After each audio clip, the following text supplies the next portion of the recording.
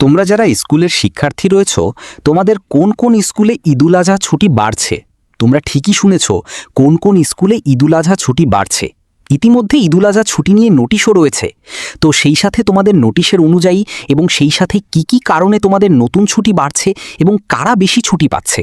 দেখো, তোমাদের প্রাথমিক ও মাধ্যমিক স্কুলে ঈদ ও গ্রীষ্মকালীন ছুটিটা একসাথে হচ্ছে, যেখানে ছুটির তালিকা অনুযায়ী তোমাদের 24শে মে থেকে 4ই জুন টানা 12 দিন ছুটি, আর শুক্রবার শনিবার হওয়ায় এই ছুটিটা থাকছে 22শে মে থেকে 6ই জুন টানা 16 দিন।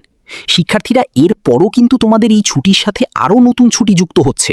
তোমাদেরকে জানিয়ে দিই, তার আগে বলে দিই, মাদ্রাসা পর্যায়ে যে সকল শিক্ষার্থীরা রয়েছে তাদের স্কুলেও কিন্তু ঈদ এবং গ্রীষ্মকালীন ছুটি যুক্ত হচ্ছে।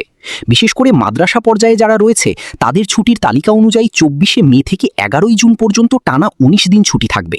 অন্যদিকে শুক্রবার শনিবার হওয়ায় এই ছুটি তাদের বাড়বে কিন্তু 22শে মে থেকে 13ই জুন পর্যন্ত, প্রায় টানা 23 দিন ছুটি পাবে যারা মাদ্রাসা পর্যায়ে শিক্ষার্থীরা রয়েছে। মাদ্রাসা পর্যায়ের ছুটির পর তোমাদের ছুটি কাদের বাড়ছে দেখো। ঈদুল আজহা ছুটি বাড়ছে তোমাদের যেসব স্কুলে এসএসসি 2026 পরীক্ষার প্র্যাকটিক্যাল পরীক্ষার কেন্দ্র হবে। অর্থাৎ যেসব স্কুলে তোমাদের এসএসসি 2026-এ পরীক্ষা হয়েছিল, অধিকাংশ স্কুলে কিন্তু আবার তাদের প্র্যাকটিক্যাল পরীক্ষা বা ব্যবহারিক পরীক্ষার কেন্দ্র হচ্ছে। সেসব স্কুলে কিন্তু আবার 7ই জুন থেকে 14ই জুন পর্যন্ত ছুটি থাকবে। অর্থাৎ অধিকাংশ স্কুলগুলোতে এই 7 দিনও ছুটি পাবে প্র্যাকটিক্যাল পরীক্ষা বা ব্যবহারিক পরীক্ষার কারণে এসএসসি 2026-এ।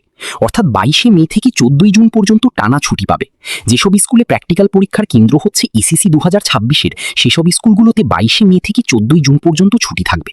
অর্থাৎ টানা 24 দিন ছুটি পাবে শুধুমাত্র যাদের প্র্যাকটিক্যাল পরীক্ষার কেন্দ্র হচ্ছে। আর যাদের কিন্তু এই প্র্যাকটিক্যাল পরীক্ষার কোনো কেন্দ্র হবে না, সেসব স্কুলে কিন্তু এই ছুটিটা পাবে না। এই বিষয়টা তোমরা মাথায় রেখো। আর এই বিষয়টা তোমার বন্ধুরাও ঠিকমতো জানে না, তাই বেশি ভিডিওটা বন্ধুদের মধ্যে শেয়ার করে দাও যাতে অন্যরা বিষয়টি জানতে পারে।